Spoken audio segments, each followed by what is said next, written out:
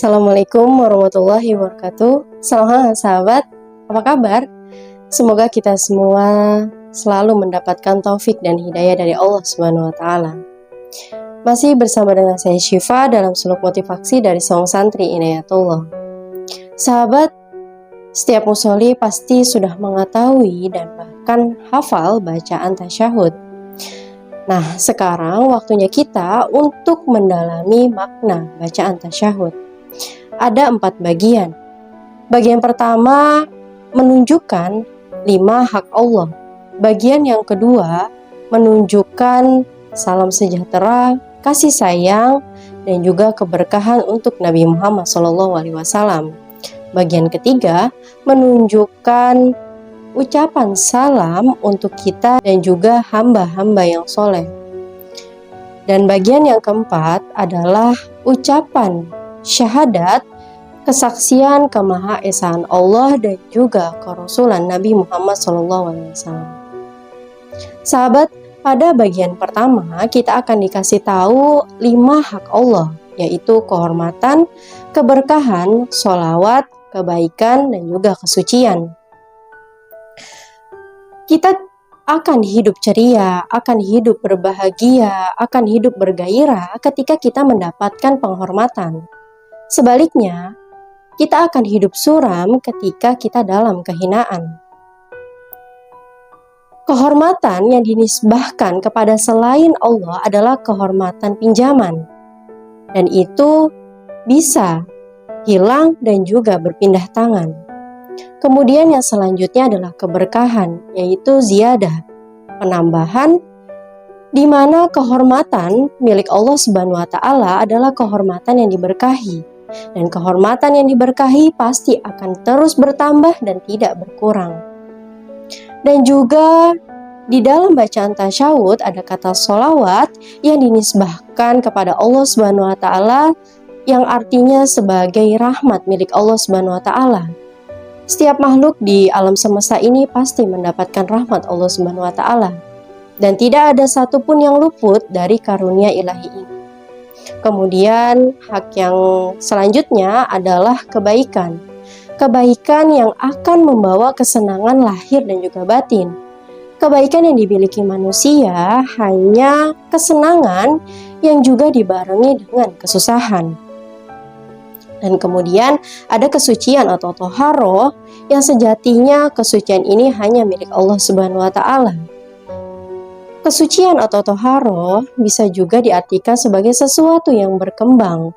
Maka kebaikan akan terus berkembang dan juga terus tumbuh. Sahabat, pada bagian kedua dalam bacaan tasyahud, Allah Subhanahu wa taala berfirman di dalam Al-Qur'an surat Al-Ahzab ayat 56, A'udzubillahi minasyaitonirrajim.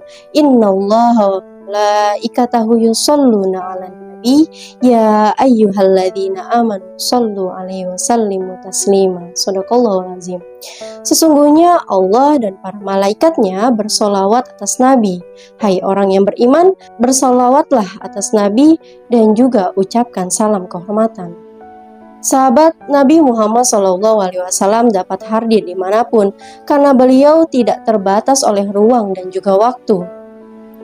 Ucapan salam kita kepada Nabi Muhammad SAW adalah sebagai penghormatan dan juga penghargaan kepada beliau karena beliaulah kita mendapatkan rahmat dan juga kasih sayang Allah Subhanahu wa taala. Dan bagian ketiga adalah salam untuk kita dan juga hamba-hamba yang soleh. Salam ini bukan hanya untuk diri kita sendiri, tetapi juga untuk orang-orang di sekitar kita. Dan salam ini harus kita sebarkan ke seluruh alam. Lebih khusus lagi, salam ini ditujukan bagi hamba-hamba yang soleh karena terus melakukan kebaikan. Dan juga salam ini adalah sebagai janji untuk kita memberikan keselamatan kepada sesiapa saja. Pada bagian keempat, kita akan dikasih tahu bahwa tasyahud sama dengan juga syahadat, yaitu kesaksian. Kita bersaksi bahwa Allah adalah Tuhan yang kita sembah dan Nabi Muhammad SAW adalah utusannya. Syahadat ini adalah sebagai pembaruan dari iman. Dengan kita bersyahadat, kita bersaksi kepada Allah Subhanahu wa taala, kita akan menjadi orang yang merdeka dari ikatan selain Allah, dan kita akan menebarkan salam kesejahteraan, keselamatan, dan juga kedamaian. Di dalam bacaan tasyahud, kita bersalawat atas Nabi dan juga keluarganya. Itu sebagai penghormatan dan juga permohonan rahmat atas Nabi dan keluarganya. Karena Nabi Muhammad SAW telah membebaskan kita dari nafsu dan juga Tuhan-Tuhan buatan kita sendiri. Nabi SAW sebenarnya tidak membutuhkan doa dari kita, karena beliau sudah dijamin oleh Allah Subhanahu wa taala. Tetapi karena beliau telah berjasa, maka selayaknya kita bersalawat untuk beliau dan juga keluarganya. Nabi SAW pernah bersabda, barang siapa yang di kalangan umatku bersalawat atasku, maka Allah akan mencatatnya 10 kebaikan dan menghapusnya 10 keburukan. Hadis riwayat An-Nasa'i. Semoga bermanfaat. Wallahu a'lam bishawab. Wassalamualaikum warahmatullahi wabarakatuh.